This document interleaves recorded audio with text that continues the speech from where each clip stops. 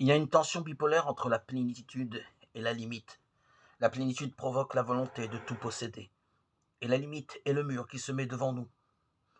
Le temps, considéré au sens large, fait référence à la plénitude comme expression de l'horizon qui s'ouvre devant nous, et le moment est une expression de la limite qui se vit dans un espace délimité. Nous vivons en tension entre la conjoncture du moment et la lumière du temps d'un horizon plus grand, de l'utopie qui nous ouvre sur l'avenir comme cause finale qui attire.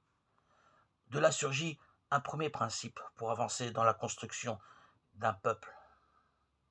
Le temps est supérieur à l'espace.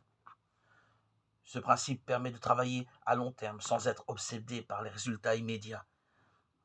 Il aide à supporter avec patience les situations difficiles et adverses, ou les changements des plans qu'impose le dynamisme de la réalité.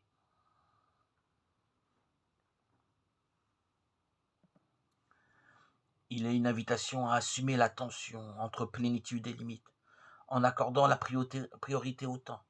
Un des péchés qui parfois se rencontre dans l'activité consiste à privilégier les espaces de pouvoir plutôt que les temps des processus. Donner la priorité à l'espace conduit à devenir fou pour tout résoudre dans le moment présent, pour tenter de prendre possession de tous les espaces de pouvoir et d'auto-affirmation. C'est cristalliser les processus et prétendre les détenir. Donner la priorité au temps, c'est s'occuper d'initier des processus plutôt que de posséder des espaces. Le temps ordonne les espaces, les éclaire et les transforme en maillons d'une chaîne en constante croissance, sans chemin de retour.